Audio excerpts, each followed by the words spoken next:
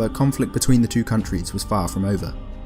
ኣብ ትግራይ ክፍጠር ዝኽእል ዘይምርግጋእ ካልእ ዞባዊ ኩናት ንምዕዳም ዘለዎ ተኽእሎ ልዑል ምዃኑ ነበር ምክትል ፍሉይ ልኡኽ ኣሜሪካ ኣብ ቀርኒ ኣፍሪካን ልኡኽ ኣውሮፓ ኣብ ቀርኒ ኣፍሪካን ኣጠንቂቖም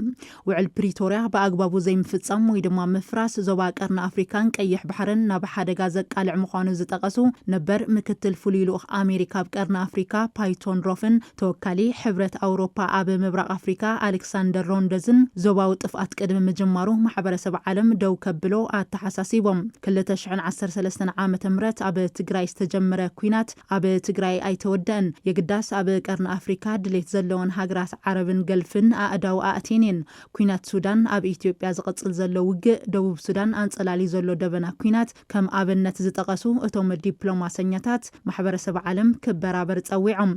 ውዕል ፕሪቶርያ ብኣግባቡ ክትግበር ዝጸውዑ እቶም ዲፕሎማሰኛታት ኣብ ሓደጋ እንተወዲቑ ግን ካብ ምብራቕ ክሳብ ማእኸላይ ኣፍሪካ ተስፋሕፊሑ ዘሎ ኩናት ዘጋድድን ካብ ዞባ ቀይሕ ባሕሪ ክሳብ ዞባ ሳሕል ናብ ጥፍኣት ዝዕድምን ምዃኑ ኣብ መጽሔት ፎሬን ፖሊሲ ኣብ ዘስፈርዎ ጽሑፍ ኣገንዚቦም